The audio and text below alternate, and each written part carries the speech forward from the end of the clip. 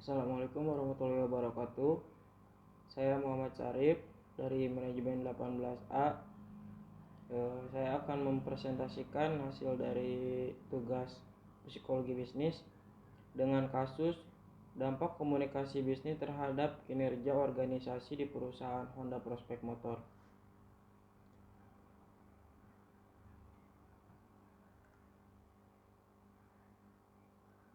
Kalau dari abstraknya, salah satu keunikan dari pribadi manusia adalah kemampuan untuk merealisasikan pikiran dan ide-idenya melalui bahasa.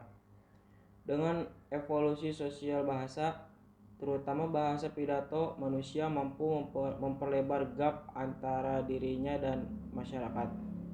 Dengan demikian, bahasa dapat dilihat sebagai sistem suara, simbol dan kata-kata untuk tujuan komunikasi. Komunikasi menyentuh setiap aspek aktivitas manusia.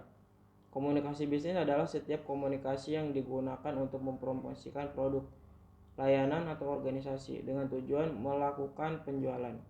Dalam komunikasi bisnis, pesan disampaikan melalui berbagai saluran komunikasi, termasuk internet, cetak atau publikasi, radio, televisi, outdoor, dan dari mulut ke mulut. Selanjutnya ada hasil dan pembahasan. Komunikasi telah diterima secara luas oleh para sarjana dan akademisi sebagai livelihood dari sebuah organisasi. Karena komunikasi diperlukan untuk bertukar informasi, bertukar pendapat, membuat rencana dan proposal, mencapai kesepakatan, melaksanakan keputusan, mengirim dan memenuhi pesanan, dan melakukan penjualan. Meskipun sering disebut sebagai keterampilan lunak, komunikasi dalam bisnis organisasi menyediakan link penting antara fungsi inti menurut Blalock dari tahun 2005. 3 alasan mengapa komunikasi yang baik adalah penting untuk individu dan organisasi. Dari mereka adalah yang pertama, komunikasi yang tidak efektif sangat mahal.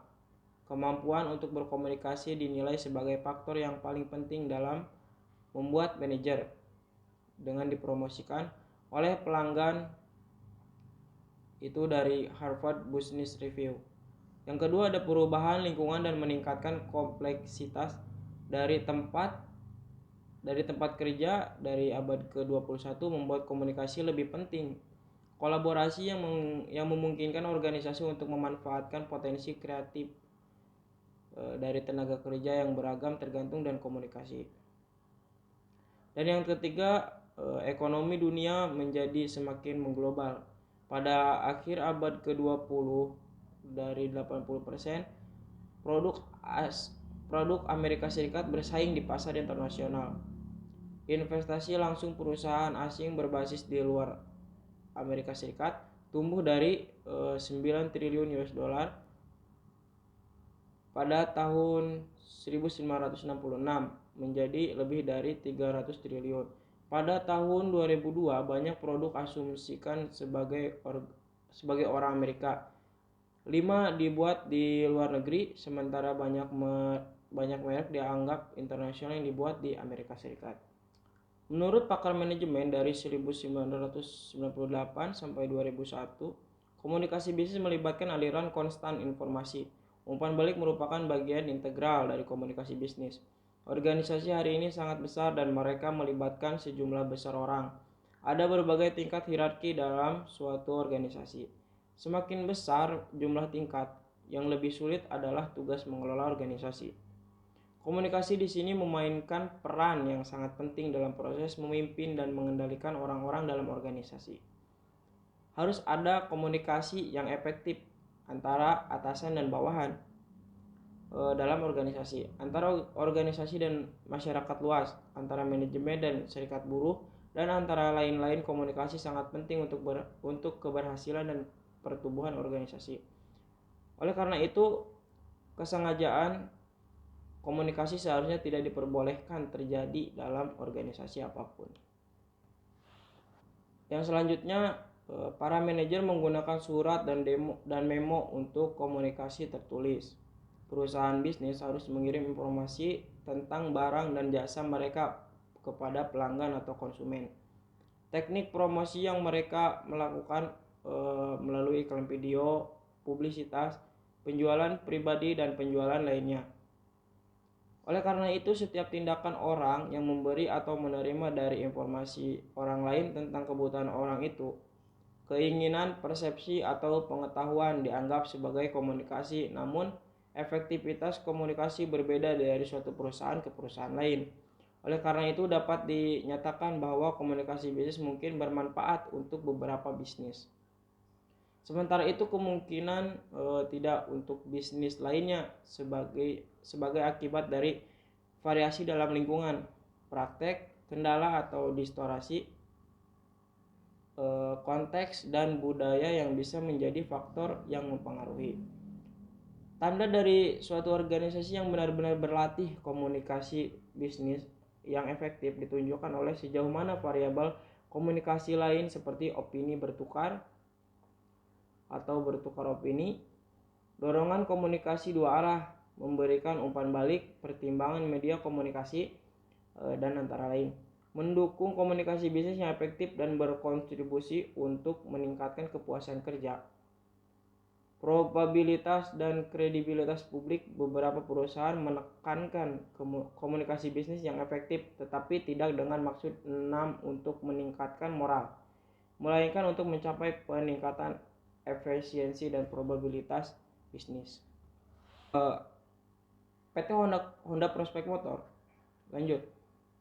PT Honda Prospect Motor ini merupakan agen tunggal pemegang merek mobil Honda di Indonesia. Sebagai agen tunggal, PT Honda Prospect Motor atau sering disebut HPM merupakan satu-satunya perusahaan yang berhak mengimpor, merakit, dan membuat kendaraan bermerek Honda di Indonesia. Di Amerika Serikat, kesuksesan Honda berlanjut dengan berhasilnya pabrik otomotif ini dalam menggusur Chrysler sebagai produsen mobil terpopuler keempat di negeri Paman Sam tersebut. Sementara di Indonesia, PT Honda Prospect Motor atau PT HPM didirikan pada bulan Maret 1999 dan pertama kali mendirikan pabrik pertamanya di Karawang, Jawa Barat yang berdiri sejak 2003. Telah mencapai produksi ke 100.000 unit.